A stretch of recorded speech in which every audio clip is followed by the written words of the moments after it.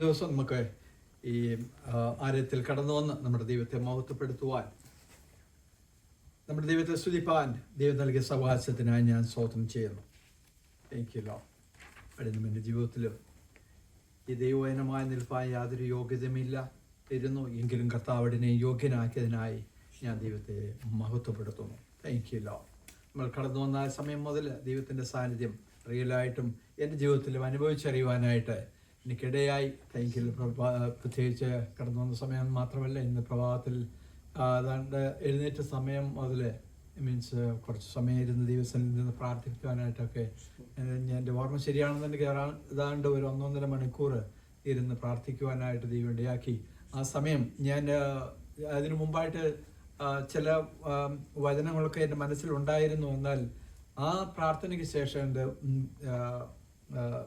ദൈവത്തിൻ്റെ മീൻസ് ആലോചന ഇച്ചിരി ഒന്ന് ഡൈവേർട്ട് ചെയ്യാനായിട്ട് ഇടയായി തീർന്നു. അത് നേരത്തെ നമ്മൾ ചിന്തിച്ചിട്ടുള്ള കാര്യം തന്നെയാണ്. എങ്കിലും ഈ കാലഘട്ടത്തിൽ അത് എല്ലാവരും മനസ്സിലാക്കിയിരിക്കേണ്ടതായ ഒരു കാര്യം, പ്രത്യേകിച്ച് വിശ്വാസികൾ മനസ്സിലാക്കേണ്ട കാര്യമായിരിക്കുന്നതുകൊണ്ടായിരിക്കാം ഒരുപക്ഷെ എന്നുണ്ടെങ്കിൽ ദൈവത്തിൻ്റെ ആത്മാവ് വീണ്ടും അത് തന്നെ ഒന്ന് റിപ്പീറ്റ് ചെയ്യുവാനായിട്ട് പ്രേരിപ്പിക്കുന്നത്. എനിക്കിലോ നമ്മൾ കടന്നു വന്ന ആ സമയം മുതൽ നമ്മൾ ശ്രമിച്ചു, ജോസഫ് പാസ്റ്ററിൽ കൂടെയൊക്കെ നമ്മൾ ശ്രമിച്ചു. അല്ലെന്നൊരിക്കൽ എനിക്ക് അറിയാൻ മേലാത്ത ഒരു കാര്യം, അത് ഞാൻ നിങ്ങളോട് ആദ്യമേ പറഞ്ഞതുപോലെ, അല്ലെങ്കിൽ പ്രവാചകൻ എസെക്കിയേലിനെ അസ്ഥി താഴ്വരയിലേക്ക് കൂട്ടിക്കൊണ്ടുപോയതിനു ശേഷം അസ്ഥികൾ ചൂണ്ടിക്കാണിച്ചതിന് ശേഷം പ്രവാചക ഈ അസ്ഥി ജീവിക്കുമോ എന്നുള്ളൊരു ക്വസ്റ്റ്യൻ പ്രവാചകനോട് ചോദിക്കുമ്പോൾ പ്രവാചകൻ പറയുന്നു, ദൈവമേ അവിടുന്ന് അറിയുന്നു എന്ന്. താങ്ക്യൂലോ. എന്താണ് ഈ അസ്ഥികൾ എന്നുള്ള കാര്യങ്ങളൊക്കെ മീൻസ് അന്ന് വരെ, ഈ സമയം വരെ എനിക്ക് മീൻസ് അല്പസമയം നമ്മൾ ആ രീതിയിൽ ചിന്തിച്ചു. പക്ഷെ എന്നുണ്ടെങ്കിൽ ഈ ഇന്ന് നമ്മൾ അഭിമുഖീകരിക്കുന്നതായ അല്ലെങ്കിൽ ഒരു ദൈവത്തിൽ അഭിമുഖീകരിക്കുന്നതായ വിഷയങ്ങളാണ് ഈ അസ്ഥികൾ എന്നുള്ള കാര്യമാണ് ഇന്ന് പകൽക്കാലം ദൈവത്തിൻ്റെ ആത്മാവ് എനിക്ക് മനസ്സിലാക്കി തന്നത്. താങ്ക്യൂലോ. അതായത് നമ്മൾ നോക്കുമ്പോൾ അല്ലെങ്കിൽ ഒരു ദൈവത്തിൻ്റെ ജീവിതത്തിൽ നോക്കുമ്പോൾ ആരെയാണ് അസ്ഥികൾ കാണിച്ചു കൊടുക്കുന്നത്? പ്രവാചകൻ എസെക്കിയേൽ പ്രവാചകനെ ദൈവം കാണിച്ചു കൊടുക്കുന്നു ഈ അസ്ഥികൾ.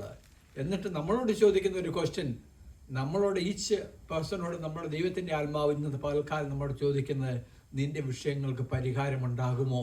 അല്ലെങ്കിൽ ദൈവവചനത്തിൽ കൂടെ പറഞ്ഞു കഴിഞ്ഞാൽ നിന്റെ വിഷയം ആകുന്ന ഈ അസ്ഥികൾ ജീവിക്കുമോ എന്നുള്ളൊരു ക്വസ്റ്റ്യൻ മാർക്കാണ് ഇന്ന് ദൈവം നമ്മുടെ ജീവിതത്തിലേക്ക്, അല്ലെങ്കിൽ ദൈവം നമ്മളോട് ചോദിക്കുന്ന ഒരു ക്വസ്റ്റ്യൻ.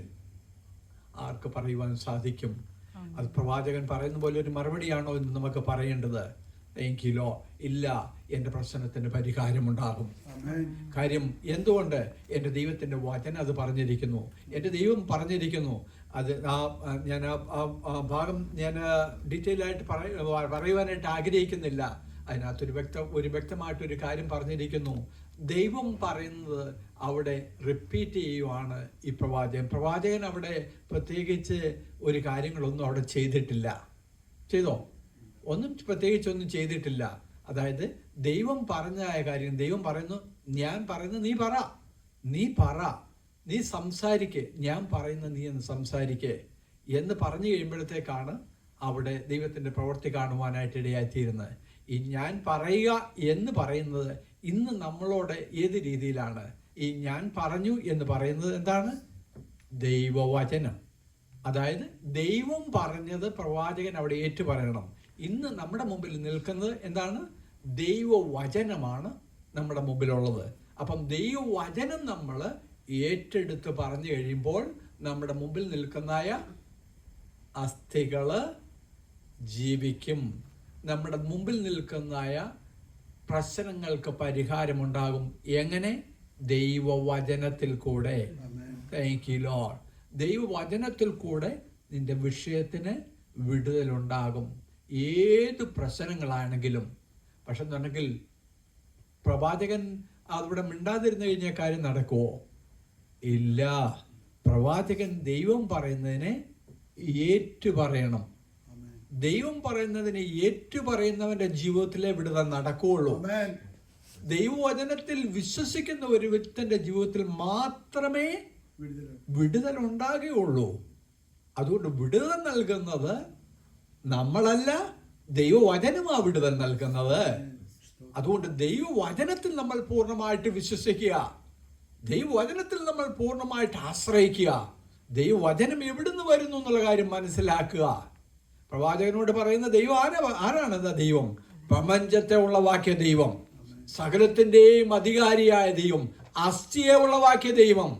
Thank you Lord. അല്ലെങ്കിൽ വേറെ രീതിയിൽ പറഞ്ഞു കഴിഞ്ഞാൽ ഒരു അമ്മയുടെ ഉദരത്തിൽ ഒരു കുഞ്ഞ് ജനിക്കണമെന്നുണ്ടെങ്കിൽ, അല്ലെന്നുണ്ടെങ്കിൽ ചുരുക്കം പറഞ്ഞു കഴിഞ്ഞാൽ ഒരു അസ്ഥി ഉണ്ടാകണമെന്നുണ്ടെങ്കിൽ എങ്ങനെ സാധിക്കും? അതിനെ ഉളവാക്കിയ നമ്മുടെ ദൈവമാണെന്ന്. ആ ദൈവത്തിന്റെ സകലതും സാധിക്കും എന്നുള്ള കാര്യം നമ്മൾ വിശ്വസിക്കുക. നമ്മുടെ എല്ലാ പ്രശ്നങ്ങൾക്കും പരിഹാരം നമ്മുടെ ദൈവത്തിന്റെ സന്നിധാനത്തിലുണ്ട്. നമ്മുടെ ദൈവത്താൽ അസാധ്യമായി ഒരു കാര്യമില്ല. ആ വിഷയം ഞാൻ ഇവിടെ നിർത്തുവാണ്. നമ്മൾ മനസ്സിലാക്കിയിരിക്കേണ്ട കാര്യം, സകല വിഷയങ്ങളുടെ മുഖത്തും സകല പ്രശ്നങ്ങൾക്കും പരിഹാരം നമ്മുടെ ദൈവത്തിന്റെ പക്കലുണ്ട്. അതുകൊണ്ട് ഒരു ദൈവം ഒരിക്കലും ഓടിപ്പോകേണ്ട കാര്യമില്ല, സംശയിക്കേണ്ട കാര്യമില്ല. ദൈവവചനം നമ്മൾ ഏറ്റെടുത്ത് അതിൻ പ്രകാരം നമ്മൾ ഡിക്ലെയർ ചെയ്താൽ വിടുതല് സംശയമില്ല. തീർച്ചയായിട്ടും പലപ്പോഴും നമ്മുടെ ജീവിതത്തിൽ സംഭവിക്കുന്നത് അജ്ഞത, ലാക്ക് ഓഫ് നോളജ്. അതുകൊണ്ടാണ് നമ്മുടെ ജീവിതത്തിൽ വിടുതൽ ഉണ്ടാകാതെ കിടക്കുന്നത്. ദൈവവചനത്തിൽ കൂടെ സകലത്തിനും വിടുതലുണ്ട്. നമുക്കൊരു വാക്യം വായിക്കാം. രണ്ട് വാക്യമുണ്ട്. ആക്ച്വലി ലൂക്കോസിന്റെ സുവിശേഷം അതിന്റെ 13-ാം അധ്യായത്തിന്റെ 22 മുതൽ 29 വരെയുള്ള വാക്യങ്ങളാണ് ഞാനിവിടെ നിങ്ങളുടെ മുമ്പിൽ വയ്ക്കുവാനായിട്ട് ഞാൻ ആഗ്രഹിക്കുന്നത്. അതെല്ലാം വായിക്കാനായിട്ടുള്ള സമയം എങ്കിലും ഒന്ന് വായിക്കാം. Thank you. ലൂക്കോസിന്റെ സുവിശേഷം 13-ാം അധ്യായത്തിന്റെ 22 മുതൽ 29 വരെയുള്ള വാക്യം. അവൻ പട്ടണം തോറും ഗ്രാമം തോറും സഞ്ചരിച്ച് യെരുസലേമിലേക്ക് യാത്ര ചെയ്തു. അപ്പോൾ ഒരുത്തൻ അവനോട്, കർത്താവെ, രക്ഷിക്കപ്പെടുന്നവർ ചുരുക്കമോ എന്ന് ചോദിച്ചതിന് അവനോട് പറഞ്ഞത്, അതല്ലേ 22 മുതൽ 29 വരെയാണ്. പ്ലീസ്. ഇടുക്കുവാതിലൂടെ കടപ്പാൻ പോരാടുവേ, പലരും കടപ്പാൻ നോക്കും, കഴിയില്ലതാനും എന്ന് ഞാൻ നിങ്ങളോട് പറയുന്നു. വിട്ടുടയവൻ എഴുന്നേറ്റ് കതക് അടച്ച ശേഷം നിങ്ങൾ പുറത്തു നിന്ന് കർത്താവെ തുറന്ന് തരണമേ എന്ന് പറഞ്ഞതുകൊണ്ട് കതകിന് മുട്ടി തുടങ്ങുമ്പോൾ നിങ്ങൾ എവിടെ നിന്ന് എന്ന് ഞാൻ അറിയുന്നില്ല എന്ന് അവൻ ഉത്തരം പറയും. അന്നേരം നിങ്ങൾ, നിന്റെ മുമ്പിൽ ഞങ്ങൾ തിന്നുകയും കുടിക്കുകയും ഞങ്ങളുടെ ഞെരുക്കങ്ങളിൽ നീ പഠിപ്പിക്കുകയും ചെയ്തുവല്ലോ എന്ന് പറഞ്ഞു തുടങ്ങും. അവനോ, നിങ്ങൾ എവിടെ നിന്ന് എന്ന് ഞാൻ അറിയുന്നില്ല എന്ന് ഞാൻ നിങ്ങളോട് പറയുന്നു. അനീതി പ്രവർത്തിക്കുന്ന ഏവരുമുള്ളവരെ എന്നെ വിട്ടുപോകുവിൻ എന്ന് പറയും. അവിടെ അബ്രഹാമും ഇസ്ഹാക്കും യാക്കോബും സകല പ്രവാചകന്മാരും ദൈവരാജ്യത്തിൽ ഇരിക്കുന്നതും നിങ്ങളെ പുറത്ത് തള്ളിക്കളഞ്ഞതും നിങ്ങൾ കാണുമ്പോൾ കരച്ചിലും പല്ലുകടിയും ഉണ്ടാകും.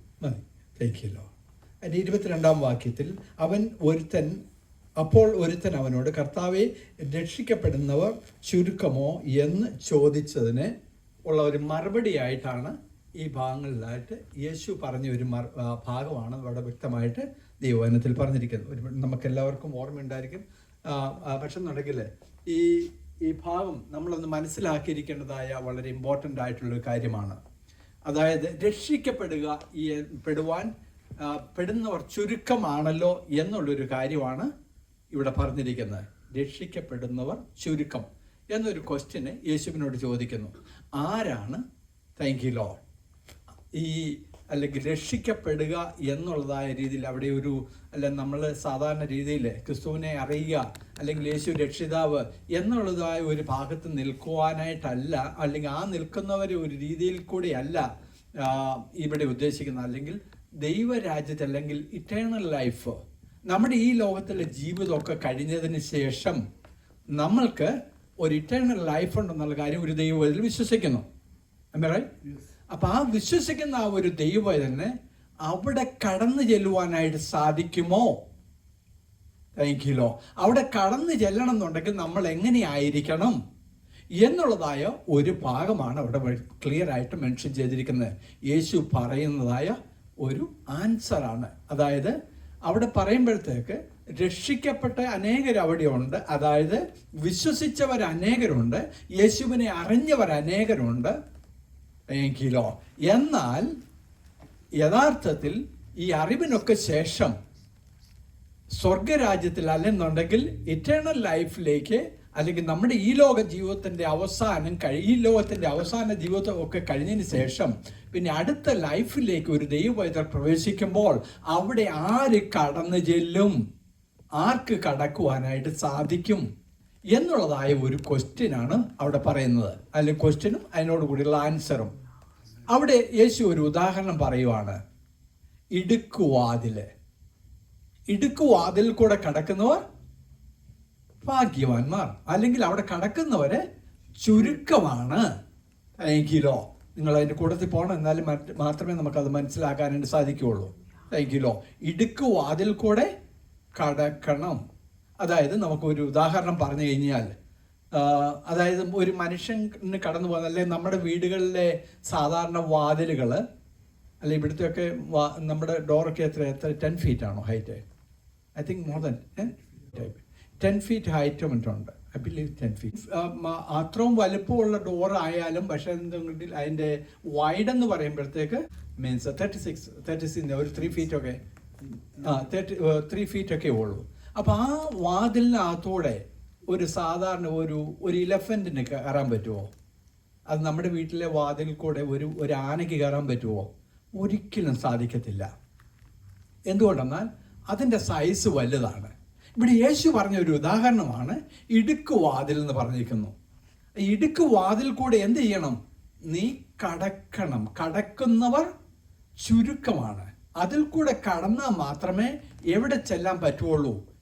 ഈ ഇറ്റേണൽ ലൈഫ്, അല്ലെങ്കിൽ ദൈവരാജ്യത്തിൽ, അല്ലെങ്കിൽ അബ്രഹാം, ഇസാക്കും, യാക്കോബും ഒക്കെ കടന്നായ അവിടെ ഇരിക്കുന്ന സ്ഥലത്ത് നമുക്ക് ചെല്ലണം എന്നുണ്ടെങ്കിൽ എന്ത് ചെയ്യണം?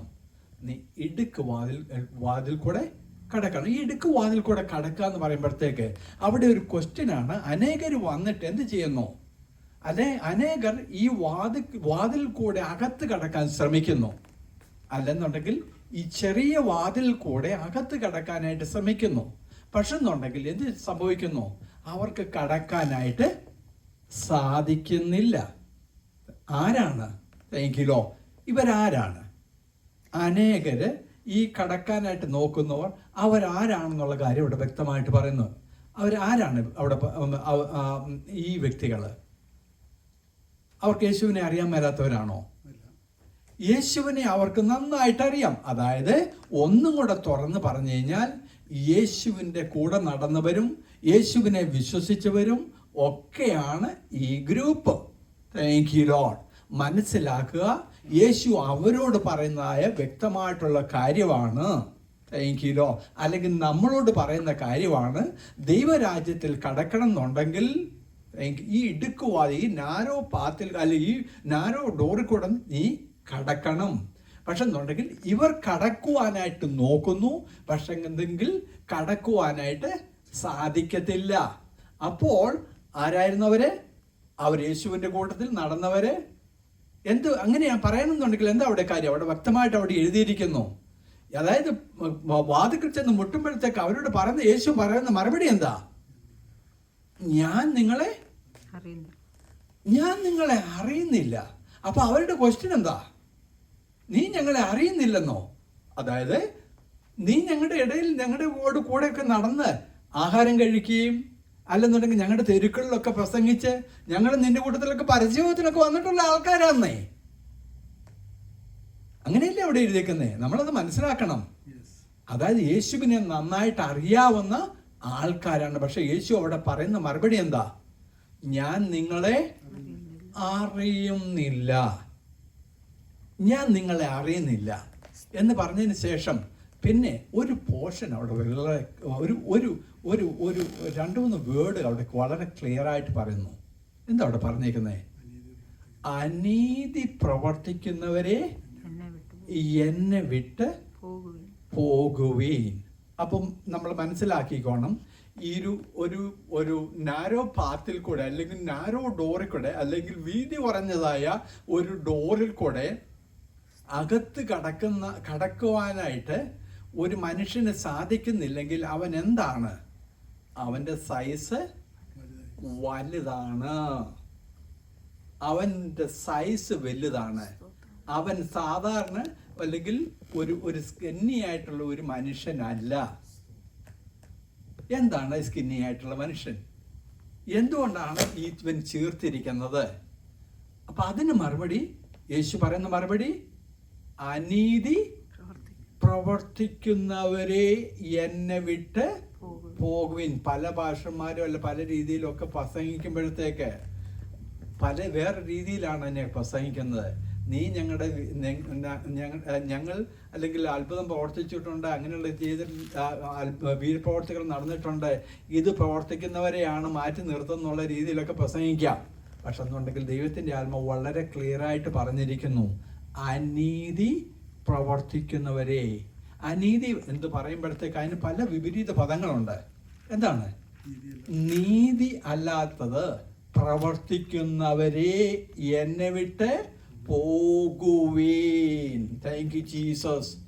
നീതി അല്ലാത്തത് പ്രവർത്തിക്കുന്നവരെ അല്ലെങ്കിൽ അധർമ്മം പ്രവർത്തിക്കുന്നവരെ എന്നെ വിട്ടുപോയി. അധർമ്മം എന്ന് പറയുമ്പോൾ എന്താ?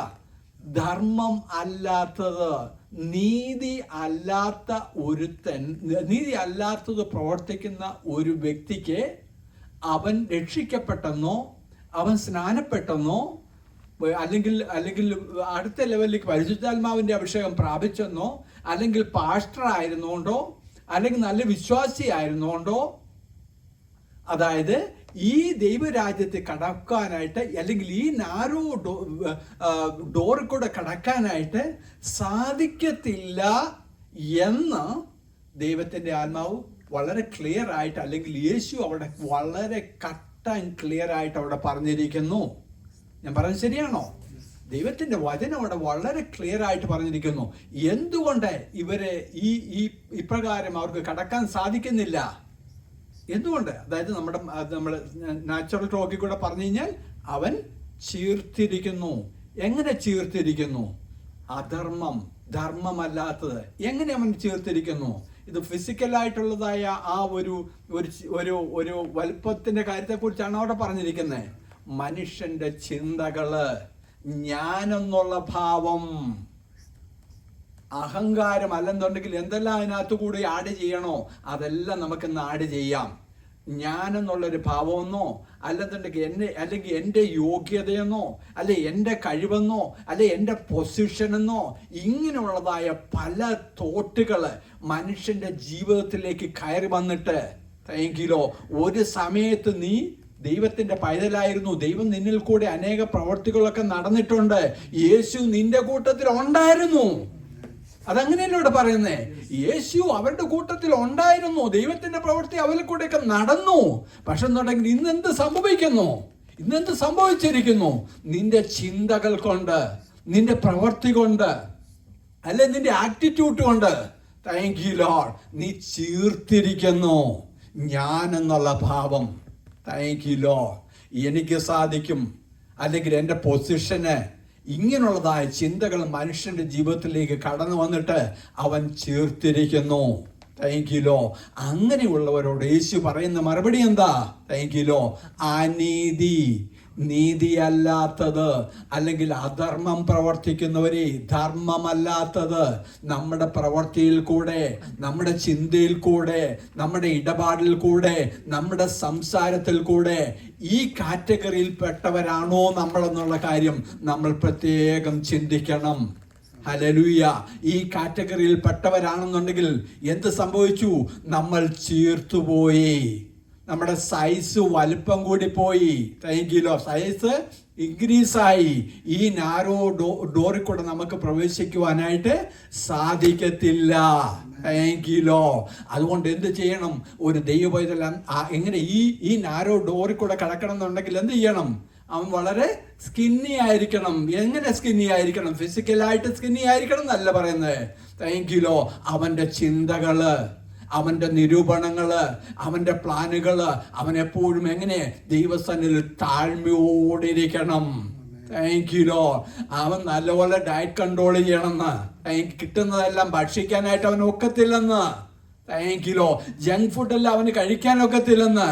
Thank you Lord. കഴിച്ചു കഴിഞ്ഞാൽ അല്ലെങ്കിൽ ഈ ലോകത്തിന് അനുരൂപപ്പെട്ടു പോയി കഴിഞ്ഞാൽ, താങ്ക് യു ലോർഡ്, നിനക്ക് ഒരിക്കലും എങ്ങനെ ഈ ഇറ്റേണൽ ലൈഫിൽ പ്രവേശിക്കുവാനായിട്ട് സാധിക്കത്തില്ലെന്ന്. അവിടെ ആരാ ഇരിക്കുന്നത്? ഹല്ലേലൂയ. ഏറ്റവും ഒടുവിലായിട്ട് അവിടെ പറയുന്ന ഭാഗം എന്താ? സമയക്കുറവുകൊണ്ട് ഞാൻ അവിടെ ചുരുക്കുക. ഏറ്റവും ഒടുവിൽ അബ്രഹാം, എത്ര ബ്യൂട്ടിഫുൾ! അബ്രഹാം, ഇസാക്ക്, യാക്കോബ് എന്ന ആദിമ വിശുദ്ധന്മാരൊക്കെയും കടന്നു ചെല്ലുന്നതായ അവിടെ ഇരിക്കുന്ന ഇടത്തേക്ക് നിനക്ക് കടന്നു ചെല്ലണമെന്നുണ്ടെങ്കിൽ നിന്റെ ജീവിതത്തെ നീ സൂക്ഷിക്കണമെന്ന് ദൈവത്തിന്റെ ആത്മാവ് വളരെ ക്ലിയർ ആയിട്ട് ഇവിടെ പറഞ്ഞിരിക്കുന്നു. നമ്മുടെ ജീവിതം, താങ്ക്യുലോ, നമ്മുടെ ചിന്തകള്, നമ്മുടെ നിരൂപണങ്ങള് ഒരിക്കലും ദൈവത്തിന് ഹിതമല്ലാത്ത രീതിയിൽ നമ്മൾക്ക് പോകുവാനായിട്ട് ഇടയാകരുത്. Thank you. രക്ഷിക്കപ്പെട്ടെന്ന് പറഞ്ഞിട്ടുണ്ടോ, പറഞ്ഞതുകൊണ്ടോ, ആത്മാഭിഷേകം പ്രാപിച്ചെന്ന് പറഞ്ഞുകൊണ്ടോ, അല്ലെന്നുണ്ടെങ്കിൽ നമ്മൾ സ്നാനപ്പെട്ടെന്ന് പറഞ്ഞതുകൊണ്ടോ യേശു അവരോട് പറയുന്ന അധർമ്മം പ്രവർത്തിക്കുന്നവരെ, അനീതി പ്രവർത്തിക്കുന്നവരെ എന്നെ വിട്ട് പോകുവീൻ. അധർമ്മം പ്രവർത്തിച്ചാൽ, ദൈവത്തിന് ഹിതമല്ലാത്ത നമ്മൾ പ്രവർത്തിച്ചാൽ ഒരിക്കലും ഏത് പൊസിഷനിലായിരുന്നാലും ആരായിരുന്നാലും, താങ്ക്യുലോ, എത്രമാത്രം അത്ഭുതങ്ങളൊക്കെ നമ്മളിൽ കൂടെ പ്രവർത്തിച്ചിട്ടുണ്ടെന്ന് പറഞ്ഞാലും, താങ്ക്യുലോ, എന്റെ പവറിലായും ഈ വാതിൽ കൂടെ നമ്മൾ എല്ലാവരും കടക്കേണ്ടവരാണ്. എല്ലാവരും കടക്കേണ്ടതായ ആ വാതിൽ, ആ മരണമാകുന്ന ആ വാതിലിന് മുമ്പിൽ നമ്മൾ നിൽക്കുമ്പോൾ, ഹല്ലേലൂയ, അതിനപ്പുറത്തേക്ക് നമുക്ക് കടക്കണമെന്നുണ്ടെങ്കിൽ, ആ ഇറ്റേണൽ ലൈഫിലേക്ക് നമ്മൾ കടക്കണമെന്നുണ്ടെങ്കിൽ, അബ്രഹാം, ഇസാക്കും, യാക്കോബും ഒക്കെയും കടന്നു ചെന്നതായ ആ സ്ഥലത്തേക്ക് നമുക്ക് പ്രവേശനം ലഭിക്കണമെന്നുണ്ടെങ്കിൽ, താങ്ക്യുലോ, നമ്മൾ മനസ്സിലാക്കുക, ദൈവസന്നിധിയിൽ നമ്മളെ തന്നെ എപ്പോഴും കാണുക. ഹല്ലേലൂയ, ഞാനാകുന്നത് കൃപയാൽ. താങ്ക്യുലോ. ഒരു ദൈവത്തിൽ എപ്പോഴും മനസ്സിലാക്കേണ്ടത്, എന്നിൽ കൂടെ എന്ത് നടന്നാലും, അല്ലെങ്കിൽ ഞാൻ ഏത് പൊസിഷനിൽ ഇരുന്നാലും, എത്രമാത്രം ലോകത്തിൽ എന്തെല്ലാം നമ്മൾ നേടിയാലും, ഒരു ദൈവം എന്തായിരിക്കണം? താഴ്മയോടിരിക്കണം, വിനയത്തോടുകൂടി ഇരിക്കണം. താങ്ക്യുലോ. അവൻ വളരെ വേറെ രീതി പറഞ്ഞാൽ അവൻ സ്കിന്നി ആയിരിക്കണം.